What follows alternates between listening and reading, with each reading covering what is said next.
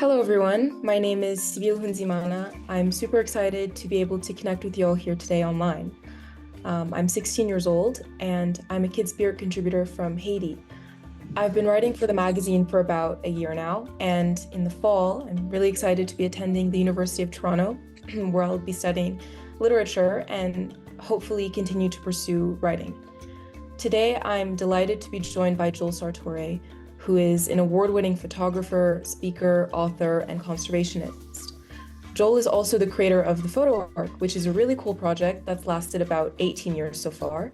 He started it in 2006, in which he's photographed over 15,000 different species to raise awareness of the extinction crisis, which is obviously something that is very important. I'm honored to be interviewing him here today to learn more about his work, and I hope people watching at home can learn a little bit more as well. I'm Joel Sartore, the founder of National Geographic Photo Arc and Video Arc. My goal is to document every species in human care around the world.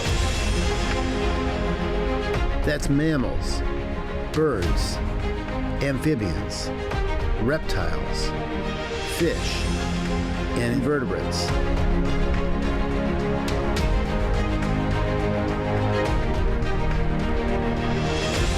I do this at zoos, aquariums, and wildlife sanctuaries. More than 800 locations over the past 17 years.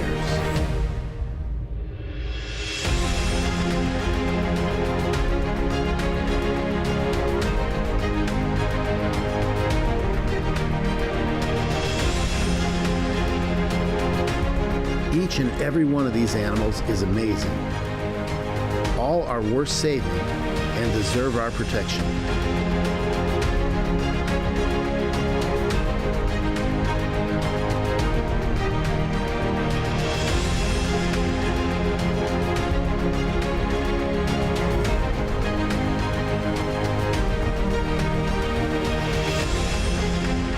Today we have nearly 15,000 species on board the Ark. Each is a living work of art and deserves our full attention right now, while there's still time. I'm doing everything I can to get the world to pay attention and save them all. Now, how about you? Moving back to what we were discussing a few seconds ago or a few minutes ago, this idea of, all animals sort of being on the same level.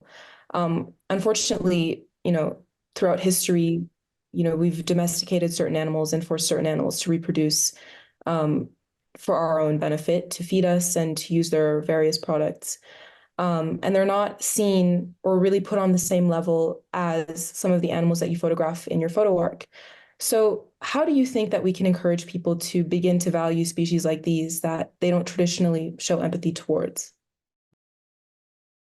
Good question. And, to catch myself a little bit, when I say all animals are equal to us, well, I once had a kid call me out on that during the Q&A session after a talk I gave. He said, "You mean a grasshopper's as important as me?" I said, "No, I guess I can't say that. I can't say that. But where do you draw the line, Like orangutans are beautiful and very thoughtful, and dolphins have the biggest brain per body, brain mass per body mass as any other animal on Earth, bigger. How do we say what is worthy and what's not? So I just say they're all worthy of saving, But how do we get people to care about the little things?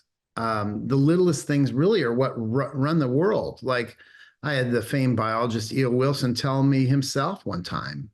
I'd spent some time in a field camp with him. He said, without ants, people would die. Without ants, we could not survive, because they clean everything up and they do so much pollination, and they really are architects of the world, of all the terrestrial areas, all the land masses. So, it's really critical that people start to have some empathy, to start thinking about more than just politics and who won the ball game, and to not just stare into this thing all the time and look and make faces. And, I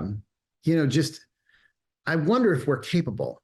I really wonder if we're capable of that. And that will be the big that would be the big thing going forward in time. Will people want to stay educated? Will they want to really seek out the truth and believe in science and really care about what's happening around us?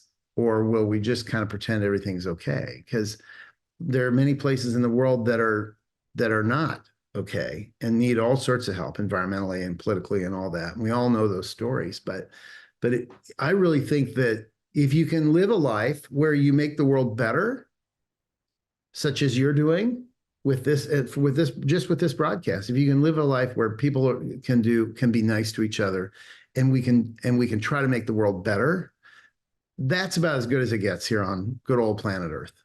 You know, I think Yeah. so.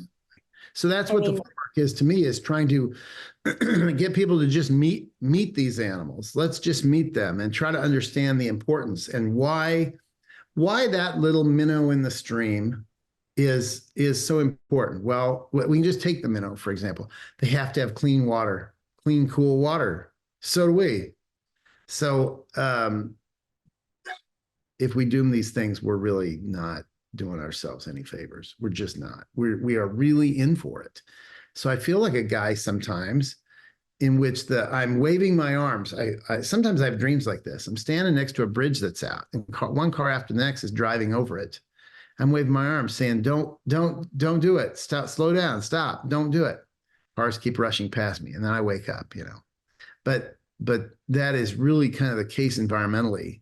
If you look at the hard time that the world's nations are agreeing that how bad climate change is and what we should do to abate it in terms of reducing carbon, haven't really gotten very far yet. People are talking about it, at least that's something, but it's really going to be a challenge. But that also presents a lot of opportunities. There's a lot of opportunities to really do well and do good by the world, make the world a better place in renewable energy and in recycling. And just there, it's an exciting time. Like, this is the most exciting time ever to be in conservation, I think, because we can reach the whole world with our ideas and with the good deeds. We don't just need to call out the bad ones, which is appropriate, but we do need to call out people that have great ideas and help them implement them. I think it's just a great time. It's a very exciting time to be alive, to try to make the world better. yeah, I mean, you're definitely right. I think it's hard to turn your back on societal structures that have existed for millennia, but at the same time, it doesn't necessarily mean that we shouldn't, or that we shouldn't try to, and that we shouldn't try to see things differently given, the circumstances that we find ourselves in today.